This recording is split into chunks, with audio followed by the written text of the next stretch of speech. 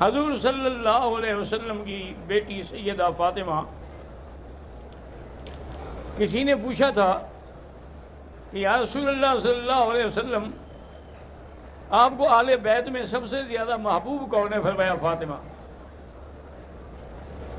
فاطمہ بضعۃ منی، میرے جگر کا ٹکڑا ہے، من احبہا فقد احبنی ومن ابغضہا فقد ابغضنی۔ اور بی بی صاحبہ بھی آپ کا اتنا لحاظ کرتی تھی، ایک دفعہ حضور صلی اللہ علیہ وسلم اس کے گھر میں آئے تو دیکھا کہ دروازے پر بھی ایک پردہ پڑا ہوا ہے اور بی بی کے ہاتھ میں بھی جو چاندی کے کنگن ہیں۔ حضور نے اچھا نہیں سمجھا، پھر آپ بیٹھے بھی نہیں، بات بھی نہیں کی، واپس چلے آئے۔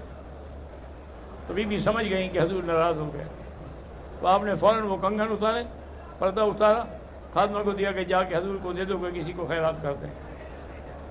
پھر حضور صلی اللہ علیہ وسلم بھی خوش ہو گئے کہ بی بی میری بات کو سمجھ گئی ہیں کہ اللہ کے نبی کے گھر کو کیا شان دیتا ہے کہ پردے لٹکائے جائیں۔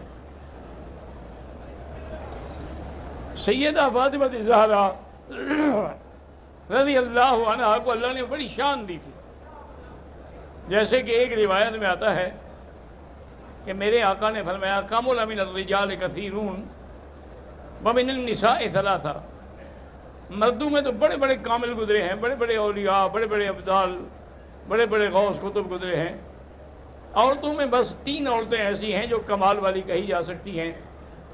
ایک تو ان میں آسیہ ہے زوجۃ فرعون، اور دوسرا اس میں ان میں مریم ہے۔ حضور صلی اللہ علیہ وسلم فرمایا، چونکہ قرآن نے خود کہا ہے نا جی کہ بی بی آسیہ نے اللہ سے دعا مانگی تھی، رب ابن لی عندک بیتا فی الجنہ ونجنی من فرعون وعملہ ونجنی من القوم الظالمین۔ ومریم ابنۃ عمران التی احسنت فرجہا فنفخنا فیہ من روحنا وصدقت بکلمات ربہا وکتبہ وکانت من اور تیسری عورت کون تھی؟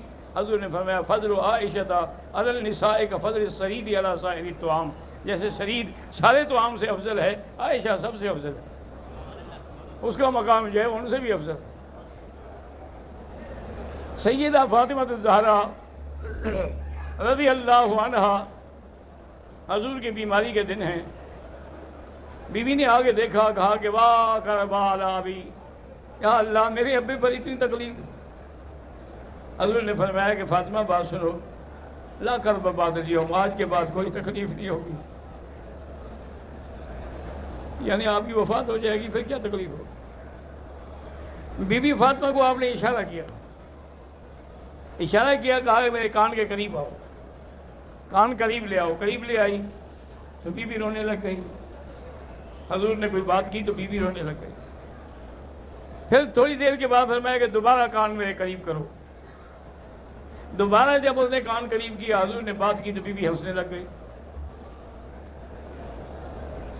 اب بی بی عائشہ نے کہا یہ کیا بات ہے، میں تو آپ کو بڑی شان والی عورت سمجھتی تھی، یہ کیا ہے کہ یہ وقت تھا ہنسنے کا، حضور کی موت کا وقت ہے، یہ ہنسنے کا وقت ہے۔ اور نے کہا بی بی ناراض نہ ہوں، آدھا صرف یہ راز ہے میرے اور ابے کے درمیان، میں کیسے کھول سکتی ہوں۔ بہرحال حضور کی وفات ہو گئی تو پھر بی بی عائشہ نے بلایا کہ اماں اب تو بتا دو نا، اب وہ راز کیا ہے۔ انہوں نے فرمایا ہاں اب میں بتا سکتی ہوں، پہلی دفعہ انہوں نے مجھ سے کہا تھا کہ فاطمہ اب میری موت کا وقت قریب آ گیا، تو میں رونے لگ گئی۔ دوسری دفعہ حضور پاک نے مجھے بلایا اور کہا تھا کہ فاطمہ میرے خاندان میں سب سے پہلے مجھ سے ملنے والی تم ہوگی، سب سے پہلے تم بہت ہوگی میرے پاس آؤ گی۔ تو اس لیے بلا وجہ جھگڑے نہ کیا کریں موت حیات کے۔ اب ملنے کا کیا مطلب ہے، یعنی اگر حضور پاک صلی اللہ علیہ وسلم موت کے بعد ان کی کوئی حیات بھی نہیں ہے تو بی بی پہلے کس کو ملے گی، کیسے ملے گی؟ تو اس لیے ہمیشہ جھگڑوں میں نہ پڑا کریں۔ اللہ تبارک و تعالیٰ، اب دیکھیں نا کہ 1,24,000 پیغمبر حضور کے پیچھے کھڑے ہیں، حضور نماز پڑھا رہے ہیں، تو کیا روح بھی نبی نماز پڑھاتے ہیں؟ اگر کہا جائے جی کہ روحانی زندگی تھی تو بھی روحانی زندگی میں کہاں نماز آ گئی، اس میں کہاں امامت آ گئی؟